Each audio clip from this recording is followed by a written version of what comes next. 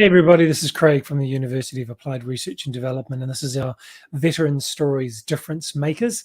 And I'm delighted to have Mike Bethune with us, Army veteran. Hi, Mike. Hey, how you doing, Dr. Craig? Fantastic to have you here. And firstly, I'd like to say thank you for your service. Thank you. Appreciate it. I'd love for you to share with us what motivated you to get into the military, firstly. Sure. Well, I was born in New Jersey, born in the inner city to good, solid parents. We grew up in the housing projects there, and that was an anomaly to have both your parents growing up in that environment. And they both worked jobs. My mom was a teacher. My dad was, they're both still living, by the way. They're 83 and 80 years old. Yeah, and I Wow. loved them to life. Yeah. So, yeah, we grew up in a good, solid home. We didn't have much in the way of, economic means. We just came from good, solid, hardworking parents that taught us solid work ethics. So after high school, I thought I was going to get a big track and field scholarship, and I played some football in the city league. So I thought that my athletic abilities would carry me over at least to garner some monies to go to college. I was always a good academic student, but that didn't work out that way. So things came to a head in my senior year in high school. So I opted for the military. I went to United States Army. It wasn't a decision out of patriotism. Honestly, it was a decision to, number one, go and become a man. Number two, take an economic burden off of my parents because they had 6 children to raise. Mm. And yeah, I just wanted to make a way for myself. But I do want to say that when I went in, over time, it grew on me. The conditioning, the mental conditioning of the military grew on me, and I became patriotic. I literally bought in like after about the first year. I said, okay, this is who I am right now. So let's do this. And yeah, so that's initially what prompted me to go into the military. Tell us about the part of the Army that you were in and some of your experiences while there. Yeah, I was in a pretty hardcore unit. I was in a engineer unit that had combat engineers, that also had construction engineers, combat engineers, build bridges, blow bridges, deal with a lot of C4 and heavy artillery, things of that nature. And then we had the construction side where we could also build in a heartbeat, build a runway out of a jungle if we had it to. So that it was that kind of a unit that was always geared up to be rapidly deployed anywhere in the world. And yeah, that's the kind of unit that I was in. And during the time, the second year that I was in, and I knew the probability of being deployed to a hostile environment was there when I signed on the line because my older brother was a Marine and he kind of prepped me. He was in Beirut and all of that. So he prepped me for, the psychological aspect of what might happen, so, I knew that could happen. Anyway, during the mid 80s, and I know I'm in my 50s now. I know I don't look like it, but I still do my best to stay in some kind of good shape. But yeah, so in my second year in, my unit was deployed with the first wave of troops that went to the border of Nicaragua to defend Honduras and align with the Honduran army and provide perimeter security for them and whatever else they needed, build runways, blow this, blow that, whatever was needed, because at that time there was a coup that took place in Nicaragua by a group of rebels called the Sandinistas. And it was a serious event. It didn't get as much, I guess, airtime as a typical Mm. war, and not to compare it to my other comrades, but it was more of a covert operation, at least in the mid 80s. The latter 80s, when the 82nd Airborne went in around 88, then it was a whole different operation, but we were one of the first waves that went into that environment. And it's so that's lush jungle out there in Central America. And it was less hand-to-hand warfare or firefights and things of that nature. And that the warfare there was more psychological than anything, because you just didn't know what was going to happen from one minute to the next. And yes, some people lost their lives. And I remember we lost some Black Hawk helicopters that went too far over into Nicaragua airspace. So it was that, being a 19 and a half year old and just the psychology of it all. And Mm. okay, I don't know if tomorrow is my day to be taken out or whatever the case. So that right there is enough to drive you nuts, because there's no like human reference point for that, like how to deal with that. Training doesn't really prepare you for that either. And so one of the things that I did and other guys in my unit did, I saw older guys doing it first. They would have the people, women who washed our uniforms. I forgot what there was a term for them, but they would come around, they would wash our uniforms, and we give them a few dollars or a few limperda in their money, and the Honduran money. And then I saw guys getting these bags of like little leaves from these women, and they would chew a little bit on the leaves. And eventually I inquired, I said, hey, so what are you guys doing? Why do you do that? And they said, these things kind of just numb you up. They numb you up just in case today, when we go out on perimeter guard or when we go in the bush or whatever, if you get hit and chewing these things, you won't even feel it. And it turns out that they were coca leaves, because out there are the cartels. You can walk 100 yards and walk into coca plants. And so it was that kind of a situation. And I started doing that. And for the whole 6 months, every morning, we kind of just chew on those little things. And I had no mindset, no knowledge at all of what addiction was. I was an athlete, going in, I was an athlete, always pride myself on working out, keeping myself together, keeping my mind sharp. And so I felt like we were doing this just to get through what we had to get through. And I do want to preface this, Dr. Craig, by saying that to my other comrades who went through their combat situations without doing that, I want to make sure that, I'm not implying that everybody does that. I'm saying some people in our unit did that. And I was one of the ones that chose to do it, because it was just a lot for me to deal with psychologically. So I'd rather be numbed up if something happened. But the problem was that, and I found this out in a major way in hindsight, that it was creating a monster in me that would eventually come to overtake my life in some major ways, and just derail my life in a big way. Thanks be to God that I made it through all of that. But yeah. So eventually we spent 6 months in that environment. And when we came back from that deployment, we went through a little kind of downloading, if you will. But then I began to notice that in the day-to-day activities, when we got back to normal military life, that this thing was in me. And now I had cravings to have that feeling again. And so, people told me that, hey, this plant is the same plant that they make cocaine with. And then they showed me where it was. And so, yeah, so I was in the military. I was still rising up the ranks because I thrived in a structured environment, but I had this dualistic life. By day, I was rising up the ranks and became sergeant and all that. And then my off time, I was going to feed this monster. So I was a mess. I stayed in for a total, and then I dealt with PTSD from the situation. And I didn't even know that that's what it was called then, because PTSD wasn't even really on the radar the way it is today. In the 80s, it was more like, and in our unit to show weakness, or to say that something's going on with me, was to say that, you're weak, or you can't handle it, because we're hardcore. We go anywhere in the world and we handle our business. And so I stayed silent, and I suffered in silence for a long time in the military.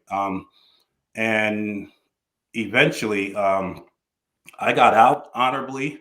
After 7 years, I opted to go. I did the first 4 years, and then I re-enlisted, and then I did 3 more years. And then eventually, from talking to my dad a bunch, my dad was friends with this guy who was a captain of the New Jersey State Troopers, and he was in charge of minority recruitment. And so my dad blows my horn all the time. Oh, my son, he's military, he's a sergeant, he's hardcore. He'd be a perfect New Jersey State Trooper. I could see him with the hat on, and he has all the training. And so my dad talked me into it.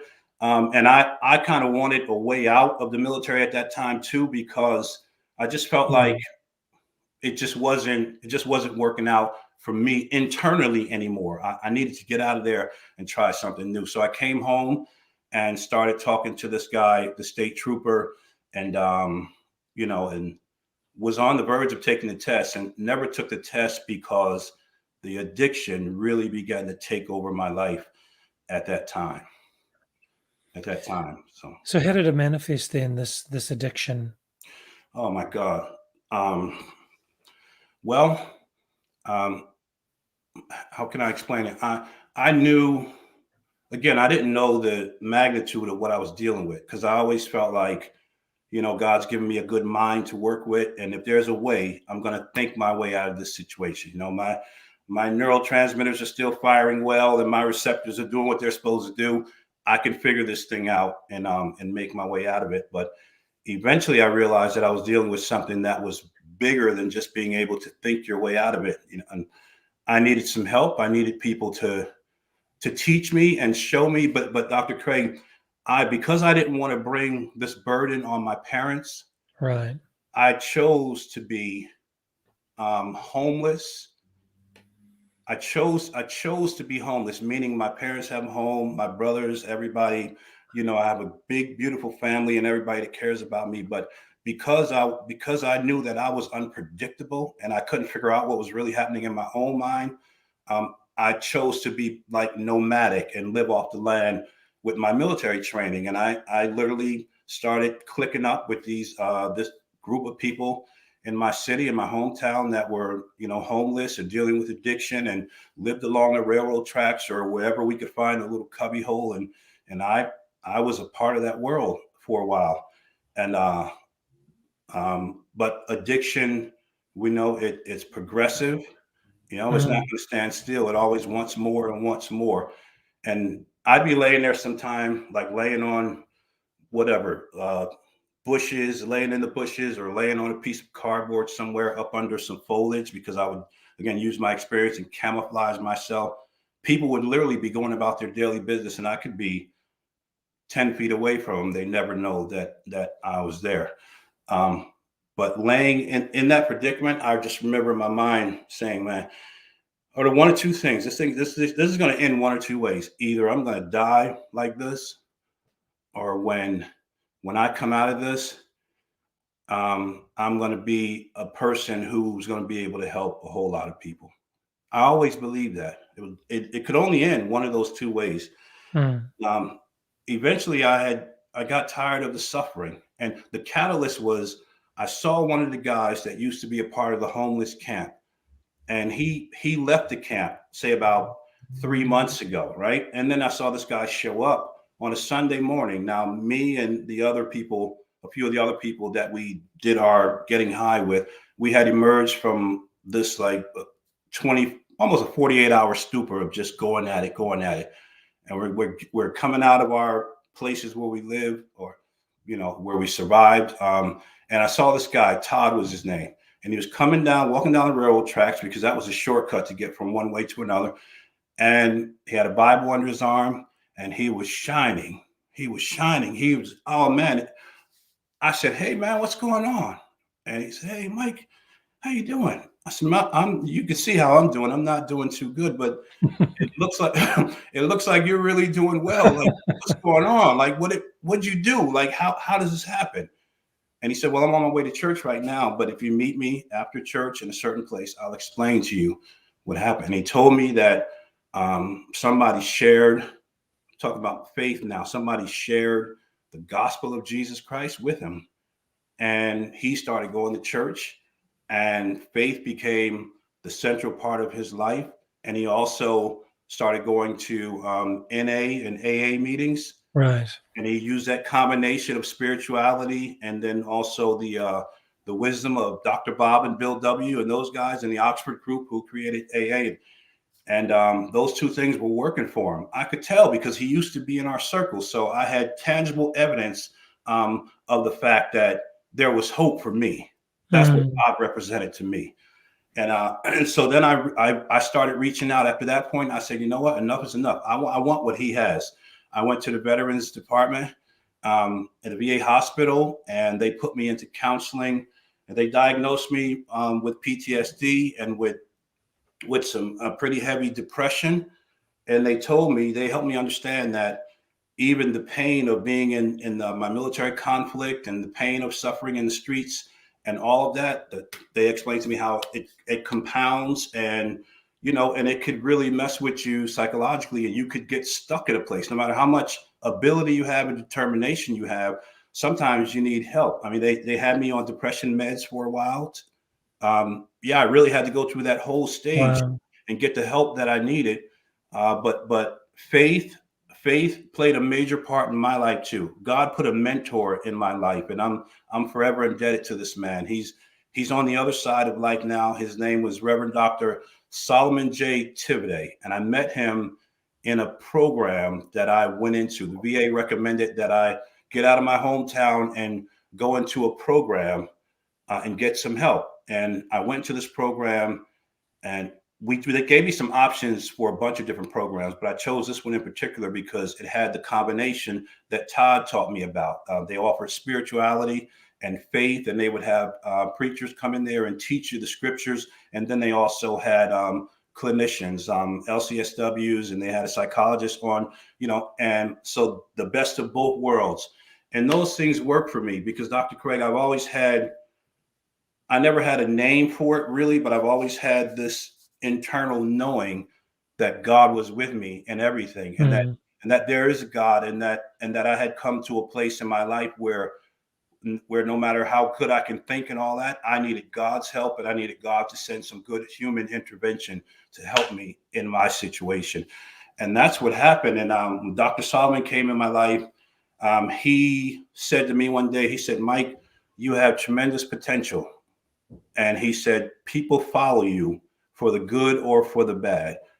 And he said, "I want to help you." So he took me on as his mentee and started training me in this man had a PhD in psychology, and he also had a master's of divinity. So I wanted what he had, and he just started pouring himself into me.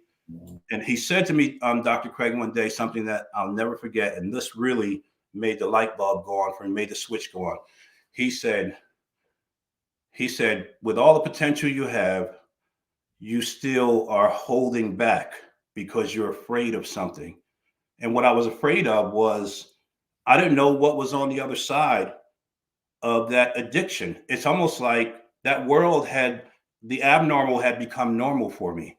And as crazy as it was a sort of comfort for me because at least I knew what to expect in that world. And this man's telling me that there's something better for me on the other side of this. And it was a fear to really let go and let him lead me to that other side. And he said, when the pain of where you are is greater than the fear of where you have the potential to go, then you'll move. That's what he said. Wow. And it took me a while to digest exactly what that meant.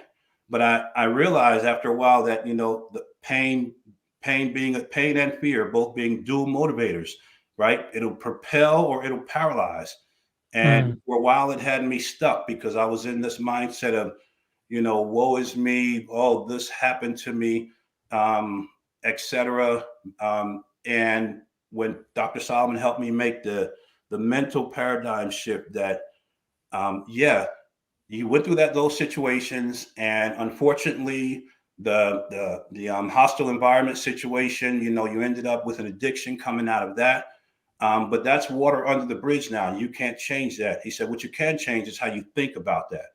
And when I made that mental paradigm shift, I said, okay, maybe something good can come out of all this because I'm still alive. And now I got a story and I got something to share. And I started getting better. And I said, okay, that thing that used to come to me when I was laying in those bushes, that either I'm going to die or God's going to bring me out of this and I'm going to be able to help other people, that started coming back to me. And I said, wow, this is really being manifested in my life right now.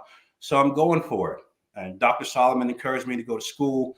I went back to school, and just like him, I wanted to be like him. This man, other than my father, my earthly father, who I love to no end, but he can only teach me what he knew. And that was good, solid work ethic, be the best man that you can be, work hard, etc. Dr. Solomon is my spiritual father. And this man taught me, things about my inner self and how to pull out the potential that was in there, and also how to leverage the power of all the pain that I had gone through. He said, with every pain that any human being experiences, there's potential to pull power out of it if you can make the mental paradigm shift. And I went back to school, and over the course of about 12 or 13 years, I earned 3 degrees. Wow. And in biblical counseling / psychology. So I've studied, I've studied the scriptures, but I've also studied Freud and Glasser and Pavlov and those people. And Pavlov made so much sense to me, right? The whole ringing of the bell, that was me. That was me. That's what that thing inside of me did. I was that, and that had to be broken. The dog salivating. I resonated with all that. And I said, you know what? I'm beginning to understand what happened to me, and I'm beginning to understand really how to come out of it, but not just come out of it, also be able to explain to other people and counsel and coach them out of it too. And sort of like a wounded healer, you know what I mean? Like, yeah, Mike, I just wanted to ask, is that the reason for the books? Because you've written 3 books, yeah. and just share with us about your books, and I'll show them on the screen. Yeah, Dr. Craig, the one that you have up right now. I mean, that book right there, I wrote a year ago. That's a culmination. That's the culmination of all that I'm sharing with you right now, of my transformation, right? The caterpillar, right? In that cocoon, that restriction. For me, that was my addiction. That was my PTSD. That was my depression. That was that cocoon. But the cocoon is, it has a purpose to it. It has a purpose to it, and there's some potential in the cocoon. And eventually, when you emerge from the cocoon, because you come out of the cocoon right, you come out with a level of strength that's able to that enables you to then be able to soar to heights in life that you never thought that you had the potential to. So in this book, I show the 10 stages that Dr. Solomon helped me to walk through. Like number 1, addressing my fear. I had to get over that and get unparalyzed first. And then acknowledging the pain, that it was real, that I went through it, that some of it was my doing and some of it happened to me and some of it I caused, and accepting all of that. So I walked through all those 10 stages of how somebody literally can take to look at their pain from a different perspective and then start walking through the stages and leveraging the pain of your situation. Because man, your pain can give you things that I'm getting excited about it now, because when I start talking about it, I'm reminded of how far God has brought me from. But it was divine intervention, but it was also hard work on my part, to just not settle for where I was. I'm forever trying to get better and trying to help other people get better. So that's what that book is about for anybody that's dealing with anything. The 10 steps, 10 principles in that book are applicable to any aspect of life that's gone wrong. Any. Mike, is it okay if we talk about the 8 steps? Oh, absolutely. Yeah. So, okay. Let me just grab. So the steps are, the first step is addressing the fear, right? Facing it, facing what's holding you back from going to get help, because there's a lot of people suffering in silence. And I know a lot of my comrades, especially those of us that are comrades in arms that have been in hostile environments and things of that nature. Sometimes you may be in a unit like I was in, where you don't want to talk about it because you're going to be identified as somebody who's showing weakness. But I found out that the real strength is to be able to talk about it and is to be able to ask for help. That's some real strength. So that's step 1, addressing the fears. Step 2 is acknowledging the pain, that it is real, that it happened, and that it needs to be addressed. And then step 3 is abandoning all excuses, because as I said earlier, you can get to the point where the pain becomes a sort of comfort blanket. And it also, if you hold on to it long enough, it also can become an excuse. It can become an excuse to not do better, to not reach out. Step 4 is admitting the truth of how everything occurred. Like I said about my situation, I participated in that. Nobody put a weapon to my head and told me to chew on those coca leaves that eventually caused the addiction that derailed my life. I guess you could say external stimuli had a part in it, right? Being in that environment, the environment, the whole nature versus nurture thing. The environment squeezed me a bit because, Mm. you know, uh, you know, being in a hostile environment is an interesting thing because your mind just runs. It never stops running about the possibility of what's around the next corner, what could happen. And that drives some people crazy. It really could. And so, you make decisions in that environment that you sometimes later regret. I just thank God that it didn't lead to my demise. It almost did. Mm. It Mm. almost did, but and thank God for putting Dr. Solomon in my life because he Yeah. showed me how to take something that wanted to kill me and now use it to give me life so that I can also give other people life. The fourth one I said is admitting the truth. The fifth is, so the first four is the hardest part of the work. Addressing the fear, acknowledging the pain, abandoning all excuses. And with each one, I go into great detail, about how to do that using personal experience. And also, my faith is woven into this book, but also some clinical know-how is in the book as well. The fifth step is accepting the new reality, because once you walk through the first four, Right. then you should start turning the corner now. You address the fear, you've acknowledged the pain. And Dr. Craig, I also need to say that this is going to happen on a different time span for everybody. For some people, it may take a year to walk through all these steps. For some, it might take 5 years. This is a book that you can always reference over and over again, and it's not a race. The key is doing it in a thorough way so that what you get out of it is sustainable over the long Right. time. Step 6 is what I call assessing the lost profit ratio. Right? Okay. What did you lose? You went through some things. Maybe you went through addiction. You lost some material things. It could even be that you lost some relationships. If we don't deal with that, those things will continue to deal with us too, and threaten to Yes.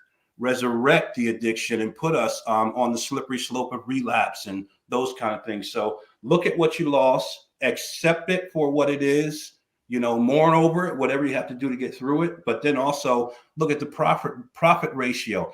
I gained some strength, and I'm sure other people can say this too, that have come through different things. I gained some strength coming out of all that I went through that I would have never gained had I not gone through it. Unfortunately, I went through it, but fortunately, I'm able to pull something beneficial out of it. So there is a profit that's coming out of it now. And I'm not talking about monetary profit. I'm talking about Mm. being able now to make a real contribution to humanity Mm. for the glory of God, from my perspective, for the glory of Mm. God, helping humanity be better. I have something to give now.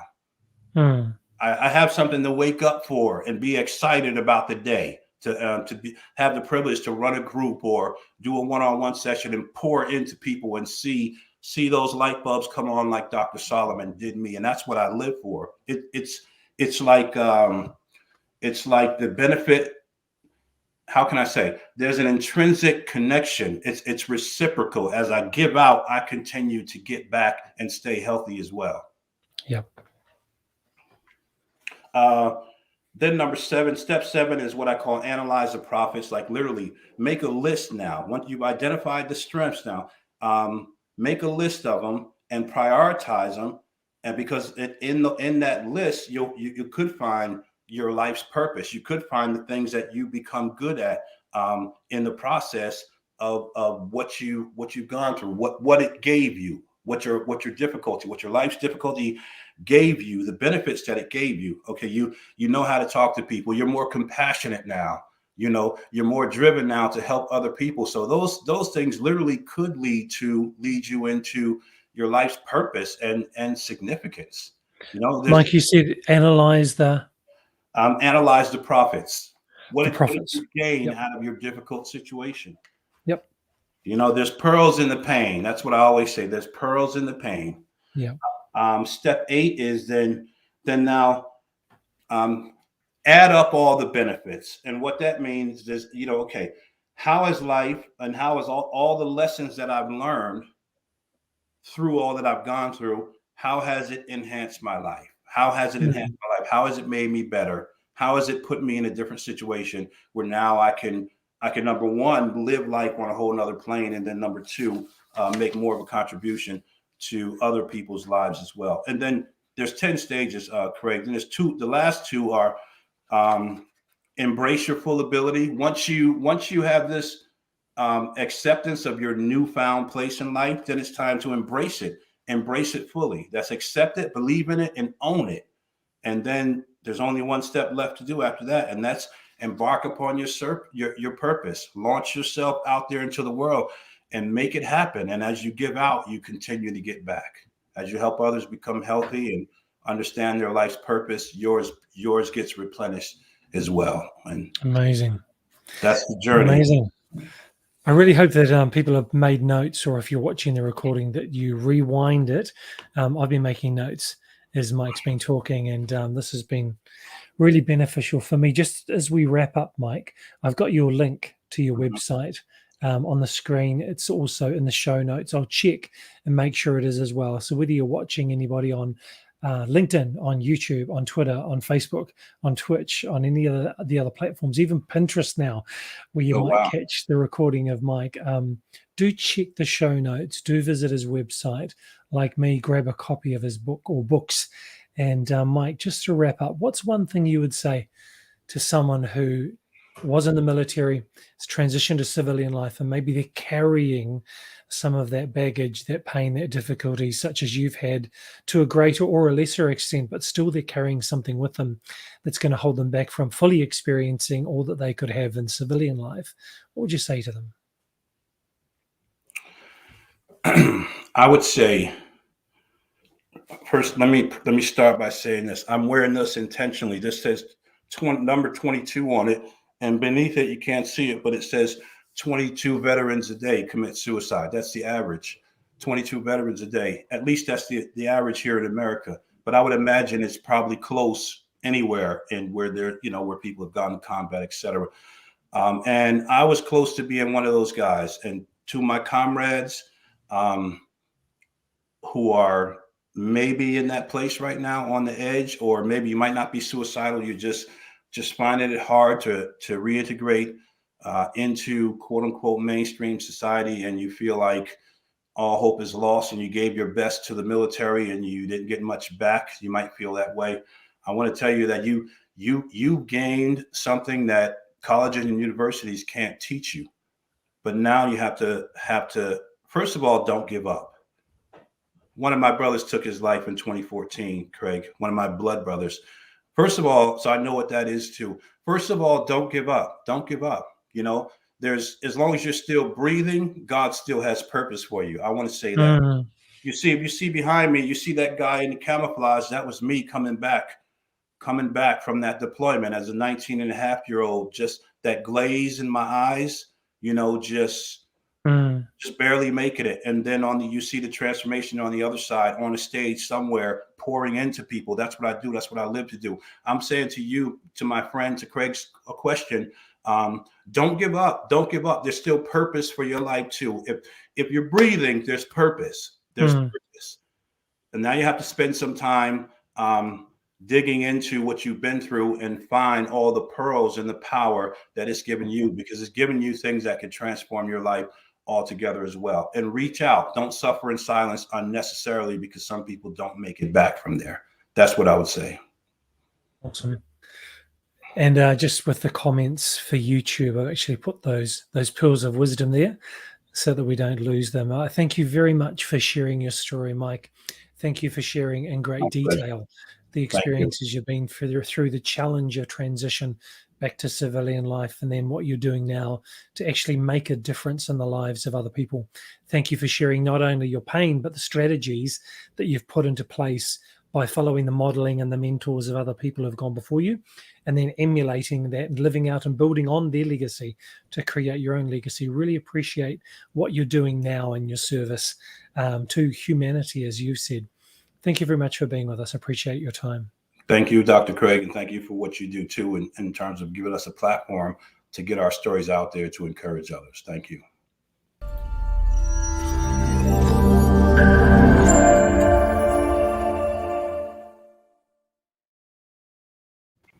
Hey there. Thank you so much. Yeah.